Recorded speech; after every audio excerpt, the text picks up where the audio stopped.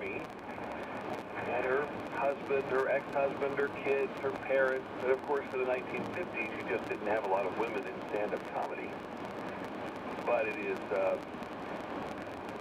it's really a fun and interesting show. It took me a couple of episodes to get into it, but I did, and I really like it. I think there are 2 seasons, so there is, I don't know, 18 or 20 shows. You can binge watch all New Year's Eve weekend, all New Year's Eve into New Year's Day, and you'll have an enjoyable time. It's one of those dramedy type things. It's really pretty good. Coming in at number 5, one of my all-time favorite shows. I mean, this show wrapped up in 2018, and it has become, it's on my top 5 list of all-time favorites. The Americans. Find it on FX. If you have not seen The Americans, do yourself a favor. You'll thank me later. Do yourself a favor and watch that show. That show isn't good. It's really, really good. This is the story of a couple of Russian spies who were sent over here. They live their life. They raise their kids. They give as much information back to the Soviet Union as they can. They do things for the Soviet Union. There's a front that they run a travel agency, but of course they're really working for the Russian government. This is set in the early years of the Reagan administration, early 1980s.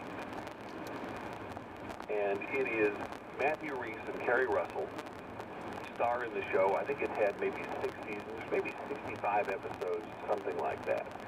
But it's all about their lives, the conflict, raising their kids, trying to keep secrets, a lot of moral choices that they have to either face or not face. It is riveting TV. I would absolutely recommend it. It's one of my all-time favorite shows. Escape at Dannemora comes in at number 6. That is the Showtime program that's gotten a lot of chatter, and again, I'm afraid I have not had a chance to check that show out, but it is one I will certainly put on my list. I don't have Showtime anymore. Cut the cord. I can't tell you that I'm sorry. I saved some money. I'm happy to do that, but I may find it on one of the streaming services. Number 7 got a lot of play. The Handmaid's Tale. You can find that on Hulu. I think there's a new episode of The Handmaid's Tale that is, or a new season of The Handmaid's Tale has been recently introduced. And of course, that's book based on the Margaret Atwood, I think, who wrote that book, and that was a very popular book, and it turned into a very popular television show as well. The Haunting of Hill House got lots of buzz on Netflix. One of the many, many shows on Netflix that has captured the attention of so many people. And it was introduced late in 2018. If you like horror, drama, people tell me that this is a really good show. I'm not a horror fan, but lots of people absolutely love it and have great things to say about The Haunting of Hill House. I did watch this show. What do you think? It is really, really good. Is it, like, really scary? It's not bloody or anything, is it? No, it's not really bloody. It's more creepy than anything. It has some jump scare kind of thing. Yeah. But it's just a very well-written show. People tell me it's really good. That's one I'm going to have to check out, because I don't like a lot of, you know, the monster is in the garage and, you know, coming to the house. I don't like that kind of stuff. But, I mean, I love things like The Twilight Zone and more, you know, I like some Stephen King stuff. I don't like the, you know, they're running away and the girl falls down and he goes back for the girl and the monster gets the phone. You know. No, it's not like that. It's got a really good twist at the end. Okay, I will have to check it out. Hill House from Netflix. Number 8. Of course, we all know about Jack Ryan. This is another Jack Ryan thing from Amazon.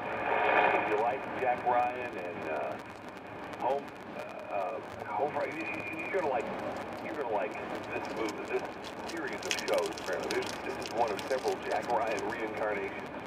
And finally, This Is Us from NBC, which I know a lot of folks have seen, and it has won all kinds of awards. It is a drama that a lot of people are talking about. So those are the top 10 the top 10 shows, according to voters from USA Today. They like those shows, and why not? I would agree. Better Call Saul makes honorable mention. That's really a pretty good show from AMC. Sometimes that is a fascinating show. Bodyguard from Netflix. That's a good one. The Kaminsky Method from Netflix also gets an honorable mention. And A Million Little Things from ABC. Ozarks from Netflix. The Rookie from ABC gets an honorable mention as well. Ray Donovan, that's been around forever. Has that been revived from Showtime? That show's an old show, isn't it? Anyway, those are some of those.